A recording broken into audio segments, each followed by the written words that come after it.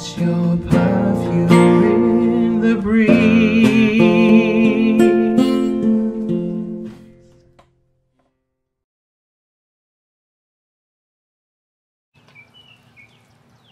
Hi, welcome to Perfume in the Breeze.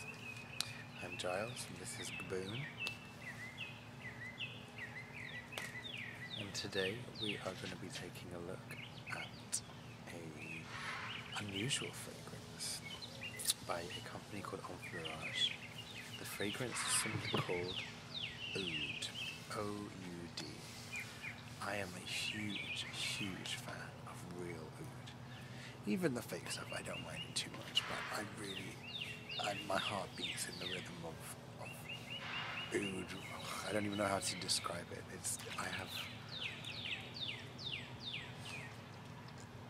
I love it a great deal. Anyway, so I sought out this little store in New York. I went on a little hunt to find it. The store is called Enfleurage, and you can find it on a map. I'm sorry, I don't know the address off the top of my head, but they make, or indeed retail, very high quality essential oils, including some unusual and rare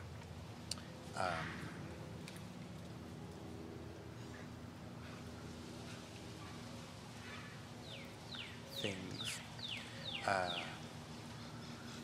and they have them there on this very small store, and you can sit down and you have them all there and kind of arranged like a perfumer's organ. And I spent a significant time in there smelling all manner of different essential oils and absolutes and extracts. And I was very impressed with a few different things. I was very impressed with the variety. I was very impressed with the quality. I thought the pricing of many was very reasonable, and I was very impressed with their oud. They had some 3 different kinds of agar wood. They had, off the top of my memory, there were at least 2 of them were from Laos. One of them was, they were both aged, and one of them was wild farmed. The cost of these was quite significant, which is why I didn't buy one, which is something that I thoroughly regret. But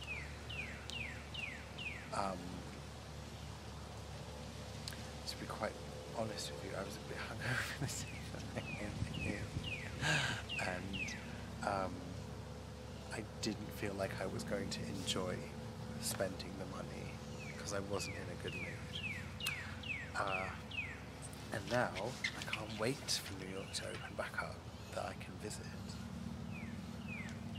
and buy some of their actual oud. Now, before we discuss this fragrance, talking more about their essential oils, there were 3 that I had each on a little dabber, and I put in a plastic bag for safekeeping or for later. And I had a dab of one of their agar woods, a seaweed extract, and violet leaf extract. And whatever proportion that they were in, that accord, those 3 things together, my dreams are still filled with the memory of that incredible alien accord. So I'm looking forward to going back and having another sniff around. So when I was there though, I did come across their line of perfumes. They are kind of solid floor perfumes on the whole, either containing only their high-end extracts diluted in alcohol. Or, well, yes, basically, yes. So, yes. They had a rose, they had a jasmine, they had a frankincense, they had an oud, they had a couple of others as well. And I opted to, when I got home, because I could not get the smell of that, the agar was just, oh, yay. Anyway, so I knew that they made their perfume, their oud perfume, with the same agar wood. So I thought, I looked it up online. I thought I'll give it a go. It's not outrageously expensive. I think for a bottle, 30 mils, a nice looking bottle, a nice generous 30 mils bottle, was $65, I think. And I thought, okay, yeah, I can do that. I need to get this. I need to scratch this oud itch. Boone, are you drinking this? It's not for drinking. He's a crazy dog. Anyway, so I opted for it, even though I remember it when I smelt it in the store. It wasn't mind blowing. I remember it did smell distinctively of that particular oud that they sell, so I got it. Anyway, so I know that it's not just their oud, and that they've added a few different that time of the evening. I know it's not just their oud, and that they have adulterated, but rather they have extended it, or extended some of its character with some of the obvious accords that you would expect, like nagamotha and tobacco, and maybe a little bit of cinnamon or cassia or something similar. And you see, I'm putting this face like this. I'm in two minds about this, because on one hand, it's not a perfume. It's not a perfume. It doesn't smell like a perfume. It doesn't behave like a perfume.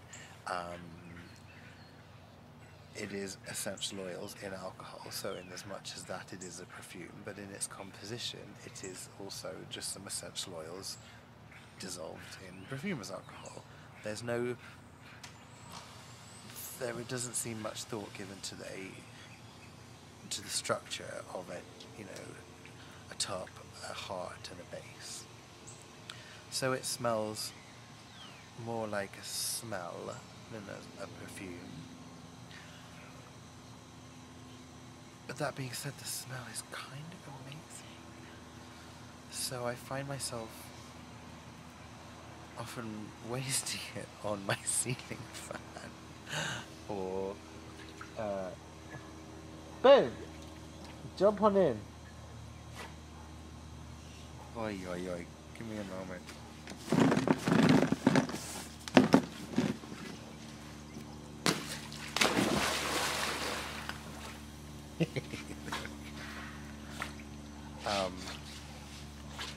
I often spray it in my bag, and it makes everything smell terrific. I can spray it on my leather products, my wallet, things like that,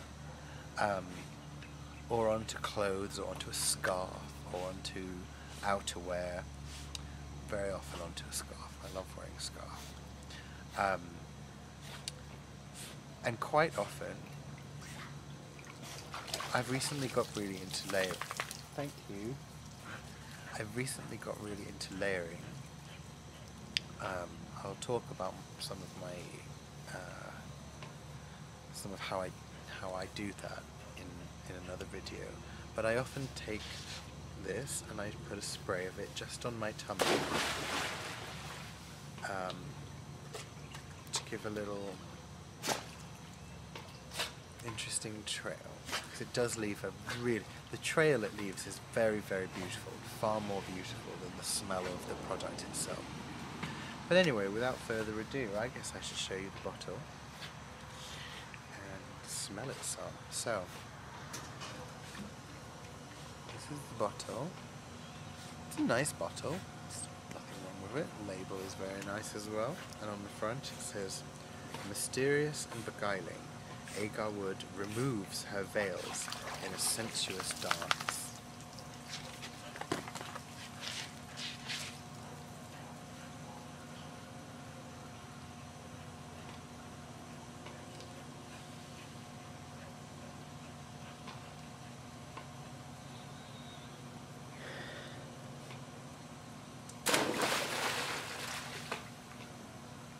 Glorious, ancient, deep, dark, mysterious, witchy. It's a witch's brew. It's dried fruits, spices and woods,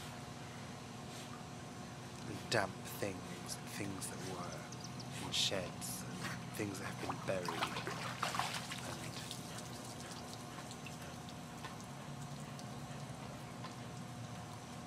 Smells like casting spells, and a witch could wear this.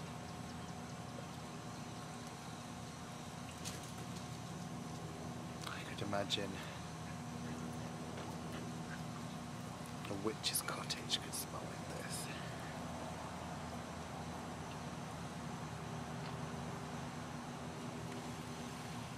So to compare it to, for example, Special by Khas Oud.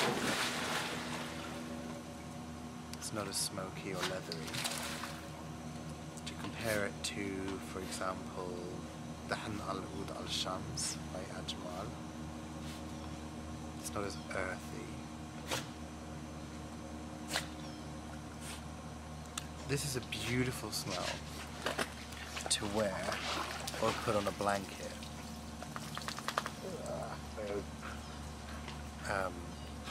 To curl up and read a book.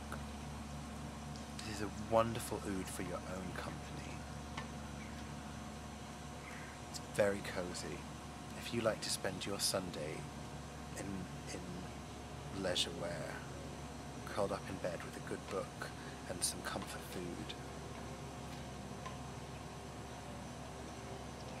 then this will really help energize you on that day. This will really help ground you and make you feel ancient and connected and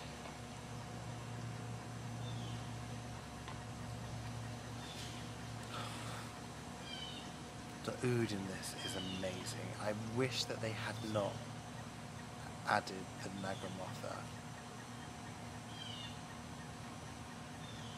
or the tobacco or any of the other fragrances that they've put, the ingredients that they've put in here. If they'd left this just as oud, it would have been perfect.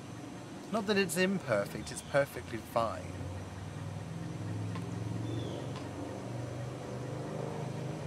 But the oud is exquisite. Now, who wears this?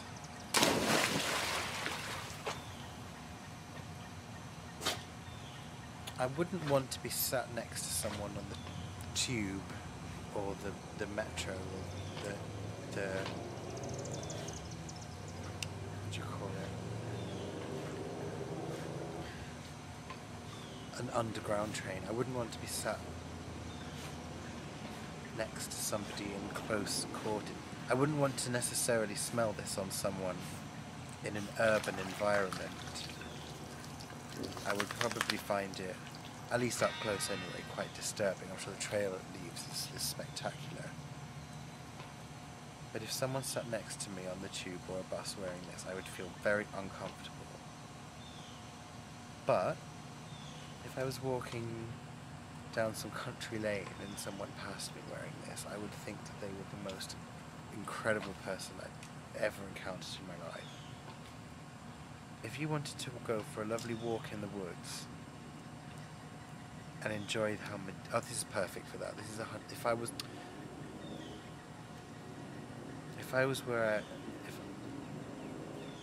were in a different climate where there was forest and woods in the way that there are in Europe where I grew up, I would wear this to walk in them. If I was walking around wearing Wellington boots and a wax jacket and a nice scarf lovely woolen jumper, something, you know, a nice scratchy country rustic woolen jumper. This is, if you live in the countryside and you're connected to nature and you feel confident in the outdoors, if you want to go for a nice walk and take in all the majesty of nature, this would be the perfect fragrance for you to do that.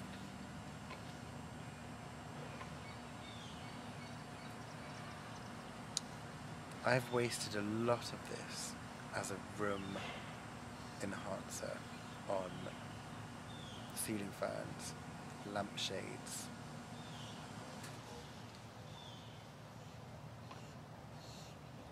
air conditioning grills,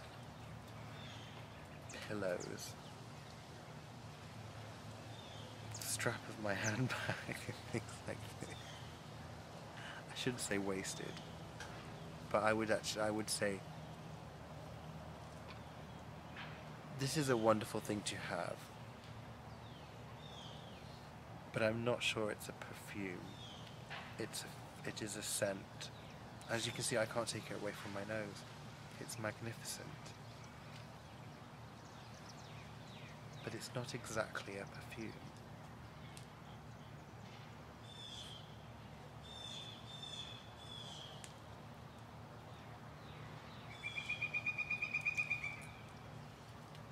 And that's what I guess I have to say.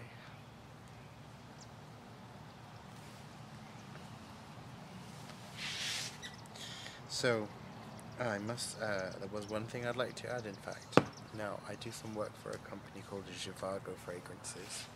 If you're not familiar with them, they have a very successful fragrance called 24K for women. You'll notice that a lot of people started using gold as an ingredient inside their fragrances, and Gilo Fragrances was the very first to innovate that design feature, and actually have a number of innovative features in their design that, if you are a fragrance lover, you might appreciate. And the juices are pretty fantastic too. So check it out. You can go to JavagoFragrances.com and see a little more about it. And yeah, I hope you have a fantastic day, and I look forward to seeing you again. Bye-bye.